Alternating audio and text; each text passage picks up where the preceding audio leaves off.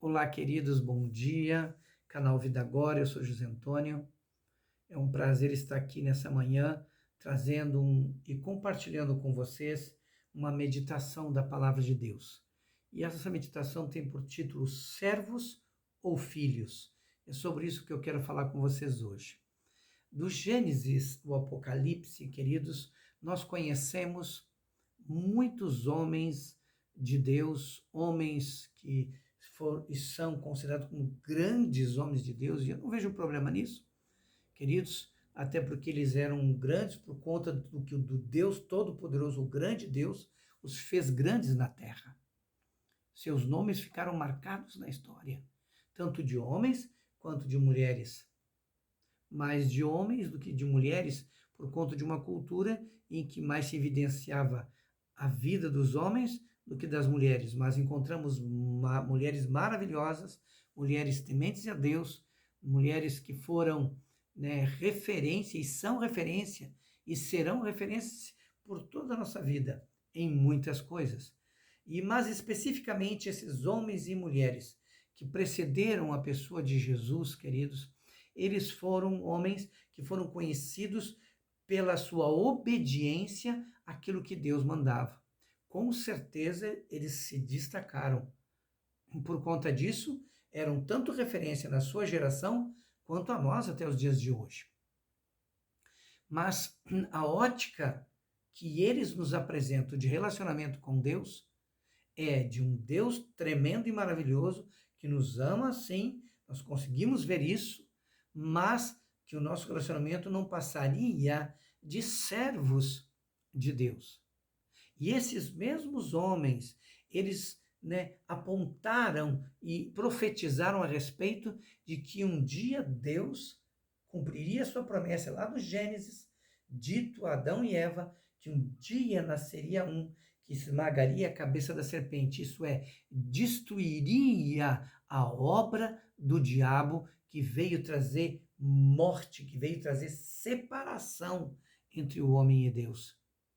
E chegou o dia que Jesus veio, o enviado, o esperado, o tão sonhado Messias de Deus, ele chegou. Mas é bem verdade que o linguajar dele causou certa estranheza em muitos que eram considerados doutores da lei na época, porque eles imaginavam um Messias, queridos, a compreensão deles de um Messias, que ele seria apenas um servo. E Jesus, de repente, se apresenta a eles como filho de Deus. E isso causou tremenda estranheza, rejeição, essa é a verdade, por muitos deles. E a palavra, na verdade, já desde lá, de Miqueias, entre antes até, dizendo que nasceria um em Belém de Efrata, que seria o Salvador. E para ser Salvador, queridos, não poderia ser qualquer um. E Deus nos amou de tal maneira que ele veio e enviou o seu Filho para estar conosco. Gerado de mulher, sim, mas Maria era virgem e gerou Jesus pelo Espírito Santo. É bem verdade que alguns até hoje não creem nisso, mas eu estou falando para aqueles que creem, ou que pelo menos ainda têm curiosidade de entender esse ponto. O grande propósito de Deus de enviar Jesus não foi apenas para morrer por nós. Sim, tudo isso fez parte. Ele veio, morreu, levou as nossas culpas, levou as nossas condenações, perdoou os nossos pecados. Mas ele fez mais do que isso. Ele veio para dar a mim e a você a legalidade, o poder de sermos feitos filhos de Deus, como ele, Jesus. Sim, queridos, isso é verdade. Isso está escrito no livro de Romanos, capítulo 8, versículo 29, que nos diz o seguinte: Olha só o que diz a palavra. Porquanto aqueles que antecipadamente conheceu, também os predestinou para serem semelhantes à imagem de seu filho, a fim de que ele seja o primogênito de muitos irmãos. Olha que tremendo isso, queridos.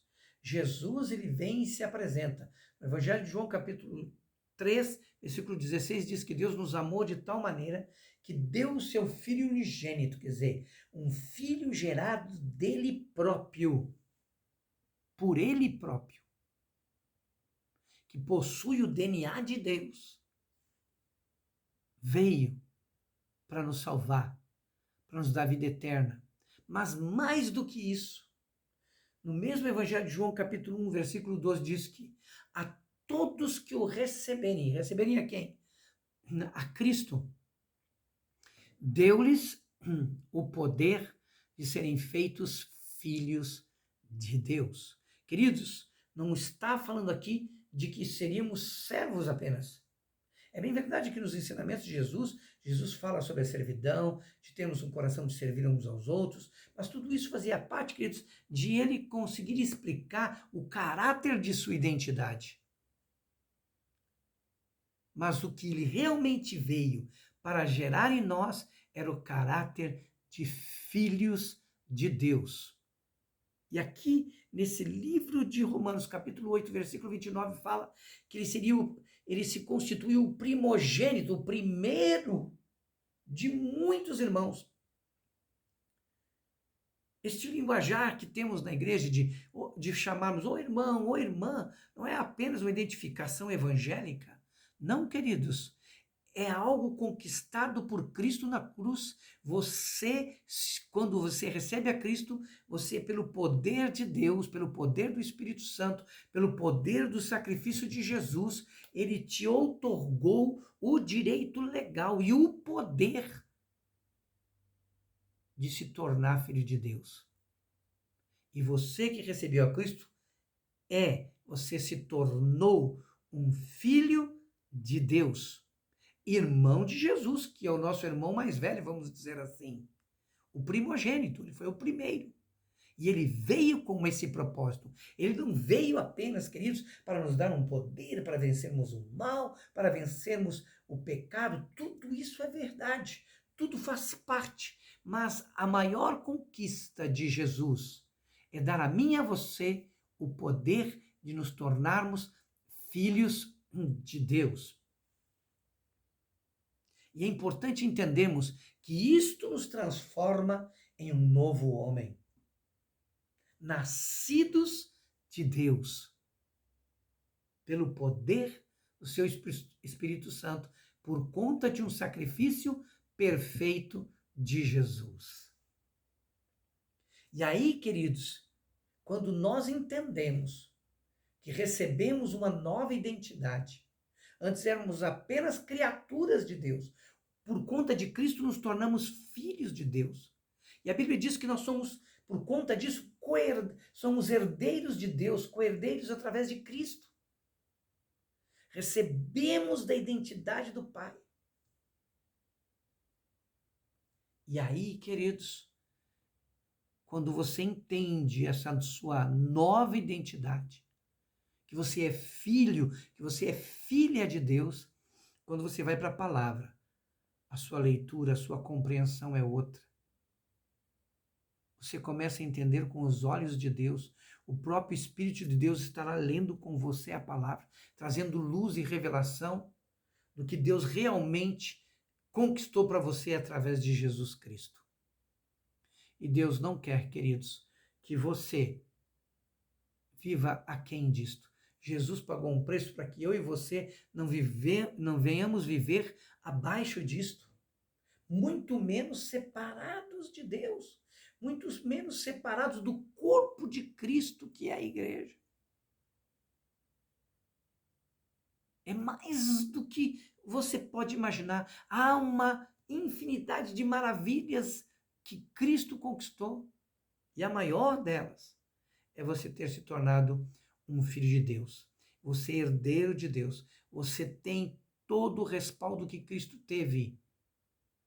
O que eu e você precisamos é crescer no conhecimento dessa graça que está em Cristo Jesus. Quando assim o fizermos, quanto mais nós assim fazermos, queridos, buscarmos conhecer a Cristo, por conta disso, sermos transformados. Sabe por quê, queridos? Porque quando você busca a Cristo como sua única referência, sem desmerecer os outros, mas a Cristo como sua principal e única referência de vida. E um exemplo eu tenho para dizer para vocês, por que nós temos que ter os nossos olhos única e exclusivamente em Jesus? Um dia Jesus subiu um monte com 3 dos seus discípulos, e lá se transfigurou, e lá se apresentou na verdadeira identidade de Filho de Deus, onde os próprios discípulos ficaram meio basbacados, não sabiam bem o que estava acontecendo, e de repente eles viram junto dele Moisés e Elias. Moisés representa a palavra, a lei de Deus, que é importantíssima. E Elias estava lá, que também é a representação de alguém que vivia na face de Deus, da mesma forma que Moisés também viveu e também viu na sua vida manifestações poderosas de Deus. E de repente o Deus Todo-Poderoso, o Deus de Moisés, o Deus de Elias, o Deus de Jacó, de Abraão, de tantos homens e mulheres maravilhosos da Bíblia, ele não dirige a palavra para Moisés nem para Elias. Ele disse: este é meu filho, a ele ouvi. Sabe por quê, queridos?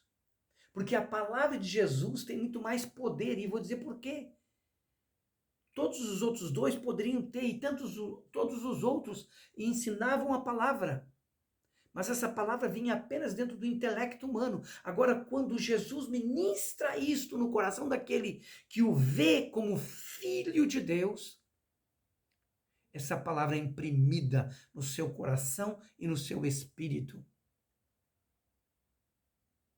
Porque você já está dentro da identidade de filho de Deus. E se você ainda não aceitou Jesus Cristo como seu único e suficiente Salvador, se você ainda não sabia que ele podia te tornar filho de Deus, quer dizer, ele veio para isso, para te tornar filho de Deus, recebendo da essência, recebendo do nível de revelação que o próprio Cristo possui.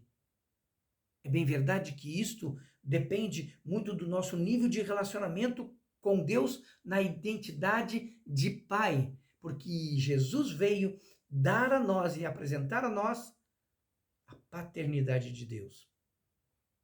Por isso, meu querido, volte-se para Deus hoje. Volte-se para o Senhor. Aproveite esse sábado para meditar. Medite no livro, no Evangelho de João, e veja o quanto Cristo conquistou para você.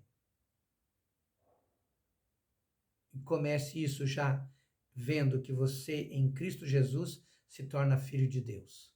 Eu quero orar com você. Fecha teus olhos. Pai, em nome de Jesus, eu quero te pedir nesta manhã que o Senhor venha revelar a identidade de filhos de Deus que o Senhor dá a cada um que recebe a Cristo no seu coração. De que nós não nos chamamos de irmãos por conta de fazermos parte de uma filosofia evangélica. Não, Deus. Nós somos irmãos porque temos um irmão mais velho, o primogênito de muitos, como diz na tua palavra. E por isso, Senhor, nós queremos viver como filhos, sabendo que o Pai está presente conosco todos os dias. Que essa revelação seja maior no coração daquele que nos ouve. Isso nós te pedimos, no nome de Jesus. Ouça essa mensagem, né? Se você quiser, ouça novamente para você entender com clareza aquilo que Cristo conquistou por sua vida. Compartilhe. Se você gostou, deixe o seu like. É importante isso porque o YouTube, queridos, ele lança essa mensagem para muito mais pessoas por conta da sua curtida, por conta de que você se inscreve no canal, tá certo? Grande beijo no seu coração e um excelente final de semana para você.